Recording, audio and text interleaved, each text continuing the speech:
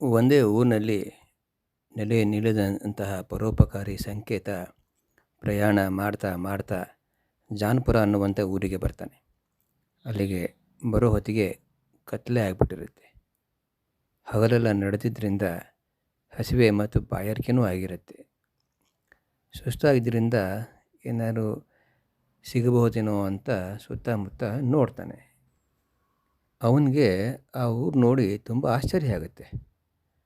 ಊರಿನ ಬೀದಿಗಳೆಲ್ಲ ನಿರ್ಜನ ಆಗಿರ್ತವೆ. ಒಬ್ಬರೂ ಜನ ಇಲ್ಲ. ಅಲ್ಲಿ ಅನೇಕ ಮನೆಗಳು ಕಾಣಿಸ್ತಾ ಇದ್ದರೂ ಸಹ ಒಂದು ಮನೆ ಬಾಗಿಲು ಕಿಟಕಿ ತೆಗೆದೇ ಇರಲಿಲ್ಲ. ಬಾಗಿಲು ತಟ್ಟಿ ನೋಡ್ತಾನೆ. ಒಬ್ಬರೂ ಬಾಗಿಲು ತೆಗಿಲಿಲ್ಲ. ಅಷ್ಟೇ ಅಲ್ಲ, ಮೆಲ್ಲಿಗೆ ಮಾತಾಡ್ತಾ ಇದ್ದವರು ಸಹ ಮೌನವಾಗಿ ಬಿಡ್ತಾರೆ. ಕಾರಣ ತಿಳಿಯದೇ ಇದ್ದಂಥ ಸಂಕೇತ ಒಂದು ಬಾಗಿಲು ಸಂದಿಯಿಂದ ನೋಡ್ತಾನೆ. ಒಳಗಡೆ ಇಬ್ಬರು ಶಾಲು ಹೊದ್ದುಕೊಂಡು ಯಾವುದಕ್ಕೂ ಭಯ ಪಡ್ತಾ ಮಾತಾಡ್ತಾ ಸುಮ್ಮನೆ ಕುಳಿತಿರ್ತಾರೆ. ಸ್ವಾಮಿ, ಸ್ವಲ್ಪ ನೀರು ಕುಡಿಯೋಕ್ಕೆ ಕೊಡ್ತೀರಾ ಅಂತ ಕೇಳಿದ ಕೂಡಲೇ ತಡ ದೀಪವನ್ನು ಊದಿ ಆರಿಸ್ಬಿಟ್ಟು ಹೊದ್ದುಕೊಂಡು ಮಲ್ಕೊಂಡು ಬಿಡ್ತಾರೆ. ಈ ಊರು ಜನರ ಭಯ ನೋಡಿಬಿಟ್ಟು ಇವರೆಲ್ಲ ಯಾವುದಕ್ಕೂ ಹೆದರಿಕೊಂಡಿದ್ದಾರೆ ಅಂತ ಯೋಚನೆ ಮಾಡ್ತಾ ಜನಗಳಿಲ್ಲಿ ಬೇಕು ಅಂತಿದ್ದ ಬೀದಿನಲ್ಲಿ ನಡೀತಾ ಹೋಗ್ತಾನೆ. ಹಾಗೆ ಹೋಗ್ತಾ ಹೋಗ್ತಾ ಊರು ಹೊರಗಡೆ ಹೋದಾಗ ಒಂದು ಮರದ ಅಡಿನಲ್ಲಿ 3 ಜನ ನಗನಗತ ಹರಟೆ ಹೊಡಿತಾ ಇರ್ತಾರೆ. ಇದನ್ನು ನೋಡಿ ಸಂಕೇತನಿಗೆ ಇನ್ನೂ ಆಶ್ಚರ್ಯ ಆಗ್ತದೆ. ಇದೇನು, ಊರೆಲ್ಲ ಹೆದರಿ ನಡ್ಕೊಂಡಿರುವಾಗ ಇವರು ಯಾವ ಹೆದರಿಕೆಯೂ ಇಲ್ಲದೇ ಇಲ್ಲಿ ಆರಾಮವಾಗಿದ್ದಾರಲ್ಲ ಅಂತ ಆಲೋಚಿಸ್ತಾನೆ. ಸಂಕೇತ ಹತ್ತಿರ ಹೋಗ್ಬಿಟ್ಟು, ಅಯ್ಯ, ಸ್ವಲ್ಪ ಕುಡಿಯೋಕ್ಕೆ ಸ್ವಲ್ಪ ನೀರು ಕೊಡ್ತೀರಾ ಅಂತ ಕೇಳ್ತಾನೆ. ಅವರಲ್ಲೊಬ್ಬ, ಯಾರು ನೀನು ಅಂತ ಹೊರಡಕ್ಕೆ ಕೇಳಿದಾಗ ಸಂಕೇತ, ಸ್ವಾಮಿ, ಮೊದಲು ಸ್ವಲ್ಪ ಕುಡಿಯೋಕ್ಕೆ ನೀರು ಕೊಟ್ಟರೆ ಪುಣ್ಯ ಬರುತ್ತೆ, ಆ ನಂತರ ನಾನು ಯಾರು ಅಂತ ಹೇಳ್ತೀನಿ, ಬಾಯಿ ಒಣಗೋಗಿದೆ ಅಂತ ಅಂತಾನೆ. ಅದಕ್ಕೆ ಅವರು, ಲೋ, ನಮಗೆ ನೀರಂದರೆ ಏನು ಅಂತಲೇ ಗೊತ್ತಿಲ್ಲ, ಈ ಸಾರಾಯಿ ಬೇಕಾದ್ರೆ ಕುಡಿ, ಬಾಯಿ ಒದ್ದೆ ಮಾಡ್ಕೊ ಅಂತ ಸಾರಾಯಿ ಬಾಟ್ಲಿ ಸರಿಸ್ತಾರೆ. ಸಂಕೇತ ಏನೂ ಮಾತನಾಡದೆ ಅಲ್ಲಿಂದ ಹೊರಟೋಗ್ತಾನೆ. ಹಾಗೆ ಕುಡಿಯದೆ ಹೋಗಿದ್ದು ನೋಡಿ ಅವರೆಲ್ಲ ಜೋರಾಗಿ ನಗ್ತಾರೆ. ಯಾವುದೋ ಮರದ ಬುಡದಲ್ಲಿ ಮಲಗಿ ಸಮಯ ಕಳೆದಂತಹ ಸಂಕೇತ ಬೆಳಗ್ಗೆ ಏಳೋ ಹೊತ್ತಿಗೆ ಊರೆಲ್ಲ ಗಲಿಬಿಲಿಯಿಂದ ತುಂಬಿರುತ್ತೆ. ಜನರೆಲ್ಲ ಸ್ನಾನ ಮಾಡಿಕೊಂಡು ಗುಂಪು ಗುಂಪಾಗಿ ಎಲ್ಲಿಗೂ ಹೋಗ್ತಾ ಇರ್ತಾರೆ. ಗುಂಪಿನಲ್ಲಿದ್ದಂಥ ಒಬ್ಬನನ್ನು ಕರೆದುಬಿಟ್ಟು ಕೇಳಿದಾಗ ಆತ, ಅವತ್ತು ಶುಕ್ರವಾರ, ಈ ದಿನ ಸ್ವಾಮೀಜಿಯ ದರ್ಶನ ಆಗ್ತದೆ.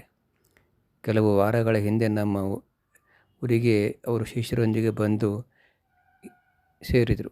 ಹಿಮಾಲಯದಲ್ಲಿ ತಪಸ್ಸು ಮಾಡಿ ಬಹಳ ಸಿದ್ಧಿ ಪಡೆದಿದ್ದಾರೆ. ಕೇಳಿದವರ ಸಮಸ್ಯೆಗಳ ದೇವತೆಗಳ ಜೊತೆ ಮಾತನಾಡಿಬಿಟ್ಟು ಪರಿಹಾರ ಸೂಚಿಸ್ತಾರೆ ಅಂತ ಹೇಳ್ತಾನೆ. ಸಂಕೇತನಿಗೆ ನಂಬಕ್ಕಾಗಲಿಲ್ಲ. ಹೌದೇ, ಅದೆಲ್ಲ ಸರಿ ಸ್ವಾಮಿ, ಈ ಊರಿನ ಜನ ರಾತ್ರಿ ಆದ ಕೂಡಲೇ ಯಾಕೆ ಬಾಗಿಲು ಹಾಕ್ಕೊಂಡು ಒಳಗಡೆ ಬಚ್ಚಿಟ್ಕೊಂಡ್ಬಿಡ್ತಾರೆ, ಮಾತನಾಡೋಕ್ಕೆ ಹೆದರ್ತಾರಲ್ಲ? ಆತನ ಉತ್ತರ ಇನ್ನೂ ವಿಚಿತ್ರ ಆಗಿತ್ತು.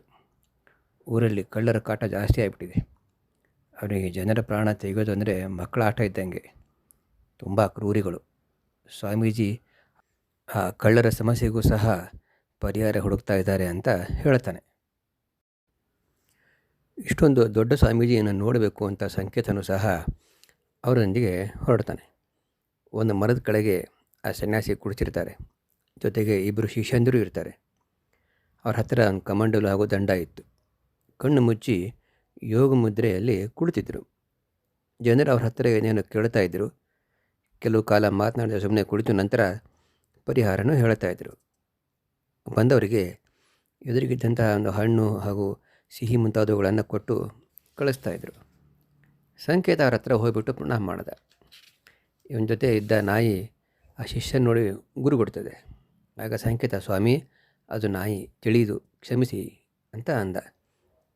ಶಿಷ್ಯರು ಏನು ಮಣಗುಟ್ತಾ ಇದ್ದರು. ಇವನನ್ನೇ ತೀವ್ರವಾಗಿ ನೋಡಿದಂಥ ಸ್ವಾಮೀಜಿ ನಂತರ ಪ್ರಸನ್ನರಾಗಿ, ಏನಪ್ಪ, ಏನು ನಿನ್ನ ಕೋರಿಕೆ ಅಂತ ಕೇಳಿದರು. ಸಂಕೇತ, ಏನಿಲ್ಲ ಸ್ವಾಮಿ, ನನಗೆ ಮದುವೆ ಆಗಬೇಕು ಅಂತ ಇದೆ, ಯಾವಾಗ ಆಗುತ್ತೆ ಹೇಳ್ತೀರಾ ಅಂತ ಕೇಳ್ತಾನೆ. ಅಷ್ಟರಲ್ಲಿ ಶಿಷ್ಯರು ಗುರುಗಳಿಗೆ ಏನು ಸನ್ನೆ ಮಾಡ್ತಾರೆ. ಅದನ್ನು ನೋಡಿಬಿಟ್ಟು ಸ್ವಾಮೀಜಿ ನಸನಾಗುತ್ತಾ, ಇಷ್ಟೊಂದು ಸಣ್ಣ ಕೋರಿಕೆಗೆ ನನ್ನ ಹತ್ರ ಬರಬೇಕಾ? ನೀನೇನು ಚಿಂತಿಸಬೇಡ, ನಾನೇ ನಿನ್ನ ಮದುವೆ ಮಾಡ್ತೇನೆ. ಈಗ ಹೋಗಿ ಬಾ, 2 ದಿನಗಳ ನಂತರ ಬಾ, ನೋಡೋಣ ಅಂತ ಅಂತಾರೆ. ಎಲ್ಲ ಜನಗಳು ಕೇಳೋದಾದಮೇಲೆ ಸ್ವಾಮೀಜಿ ಜನಗಳಿಗೆ ಆ ಕಳ್ಳರ ಬಗ್ಗೆ ಏನು ಚಿಂತೆ ಮಾಡಬೇಡಿ, ಬರುವ ಶುಕ್ರವಾರ ಕಳೆದ ನಂತರ ಕಳ್ಳರ ಕಾಟ ತಪ್ಪುತ್ತೆ, ದೇವರ ಅನುಗ್ರಹ ಆಗಿದೆ ಅಂತ ಹೇಳ್ತಾರೆ. ಆ ರಾತ್ರಿ ಸಂಕೇತ ಸ್ವಾಮೀಜಿ ಉಳಿದುಕೊಂಡಿದ್ದಂತಹ ಸ್ಥಾನಕ್ಕೆ ಹತ್ತಿರ ಹೋಗ್ಬಿಟ್ಟು ಬಚ್ಚಿಟ್ಕೊಂಡು ಕೂಡ್ತಾನೆ. ಸುಮಾರು ಕತ್ಲಾದ ಮೇಲೆ ಅದೇ 3 ಜನ ಶಿಷ್ಯಂದರು ಸಹ ಹೆಗಲ ಮೇಲೆ ಒಂದು ಗಂಟು ಹೊತ್ಕೊಂಡ್ಬರ್ತಾರೆ. ಅದರಲ್ಲಿ ತಂದಿದ್ದಂಥ ಸಾಮಾನುಗಳನ್ನು ಬಿಚ್ಚಿ ನೋಡಿದಾಗ ಅದರಲ್ಲಿ ಬೆಳ್ಳಿ, ಬಂಗಾರ, ಒಡವೆ, ವಸ್ತ್ರಗಳು ತುಂಬಿರ್ತವೆ. ಅದನ್ನು ಆ ಮರದ ಪೊಟರೆ ಒಳಗೆ ಸುರಿತಾರೆ. ಅದರ ಮೇಲೆ ತರಗೆಲೆ, ಕಟ್ಟಿಗೆ, ಒಣ ಕಟ್ಟಿಗೆಗಳನ್ನೆಲ್ಲ ಹಾಕಿ ಮುಚ್ಚಿ ಏನೂ ಗೊತ್ತಾಗದಂಗೆ ಮಾಡ್ತಾರೆ. ಆ ನಂತರ ಸ್ವಾಮೀಜಿ ಜೊತೆ ಎಲ್ಲರೂ ಸೇರಿಕೊಂಡು ಮದ್ಯಪಾನ ಮಾಡ್ತಾರೆ. ಸಂಕೇತ ಇದನ್ನೆಲ್ಲ ನೋಡಿಬಿಟ್ಟು ಮೆಲ್ಲಗೆ ಅಲ್ಲಿಂದ ಜಾರ್ಕೋತಾನೆ. ಈಗ ನಾನು ಊರಿನ ಜನರಿಗೆ ಈ ವಿಷಯ ತಿಳಿಸಿದರೆ ಯಾರೂ ನಂಬಲ್ಲ, ಬೆಳಗಾದ ತನಕ ದಾರಿ ಕಾಯಬೇಕು ಅಂತ ಹೋಗಿ ತನ್ನ ಪಾಟಿ ತಾನು ಒಂದು ಮರದ ಕೆಳಗಡೆ ಮಲ್ಕೋತಾನೆ.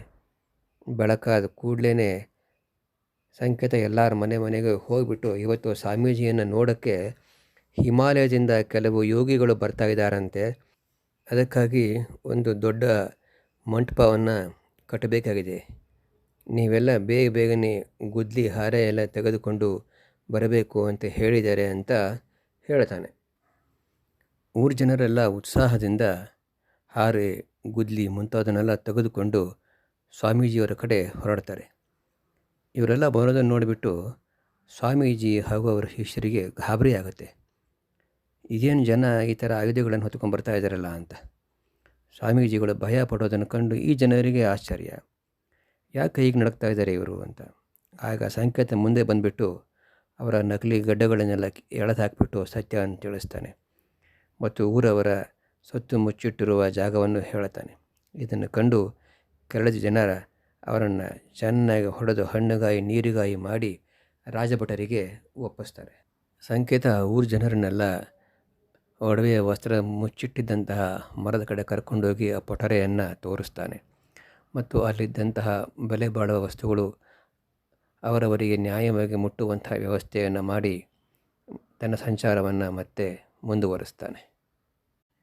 ಕೇಳುಗರೆ, ನಿಮಗೆ ಕಥೆ ಇಷ್ಟ ಆದರೆ ಒಂದು ಲೈಕನ್ನು ಮಾಡಿ ಹಾಗೂ ಹೊಸ ಕಥೆಗಳಿಗಾಗಿ ಸಬ್ಸ್ಕ್ರೈಬ್ ಮಾಡಿ.